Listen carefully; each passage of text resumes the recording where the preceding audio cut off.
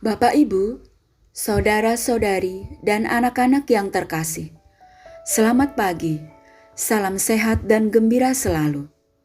Hari ini, Senin 24 Mei 2021, peringatan Santa Perawan Maria Bunda Gereja.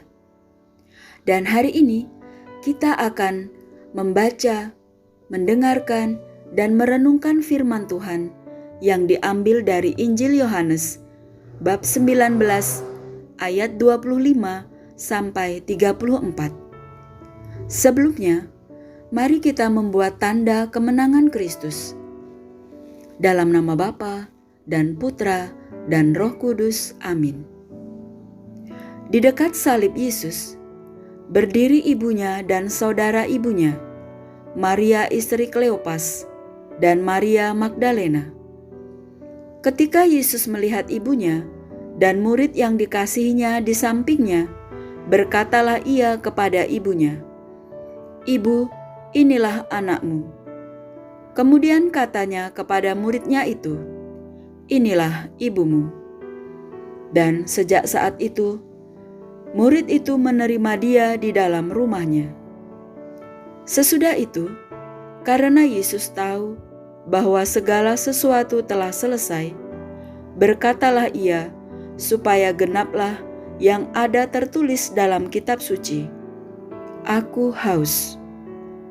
Di situ ada suatu bekas penuh anggur asam. Maka mereka mencucukkan bunga karang yang telah dicelupkan dalam anggur asam pada sebatang hisop, lalu mengunjukkannya ke mulut Yesus. Sesudah Yesus meminum anggur asam itu, berkatalah ia, "Sudah selesai." Lalu ia menundukkan kepalanya dan menyerahkan nyawanya.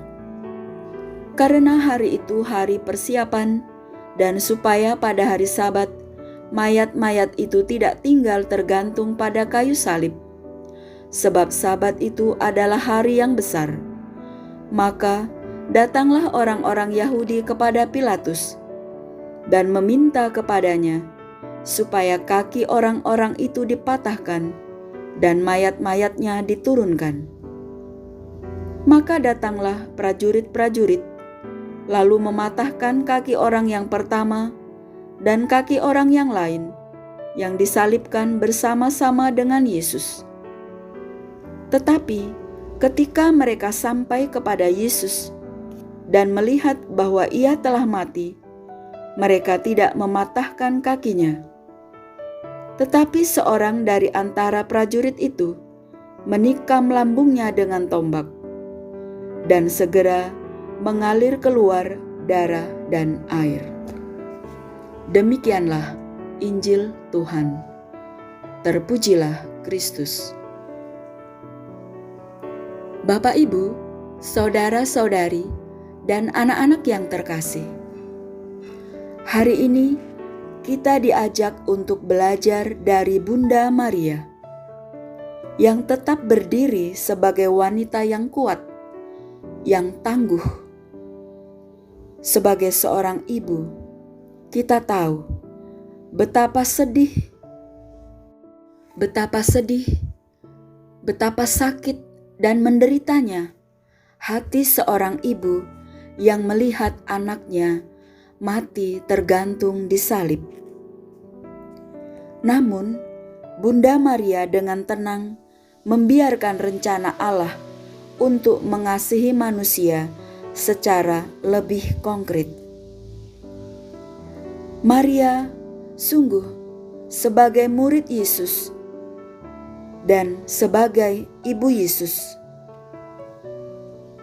maka tepatlah kita belajar dari pribadi Bunda Maria, menyimpan perkara dalam hati tanpa bersorak-sorai, tanpa pamer ke hadapan banyak orang.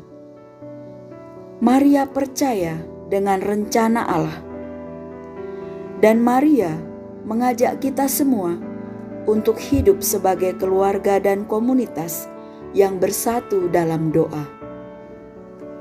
Menjadi pertanyaan refleksi bagi kita, Beranikah kita di tengah kesedihan yang mendalam, di saat-saat sulit, dikala memasuki malam gelap hidup kita tetap bertekun bersama sesama?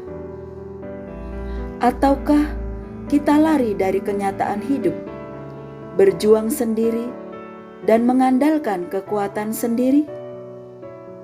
Maka mari kita mohon berkat Tuhan agar Bunda Maria selalu menyertai hidup kita.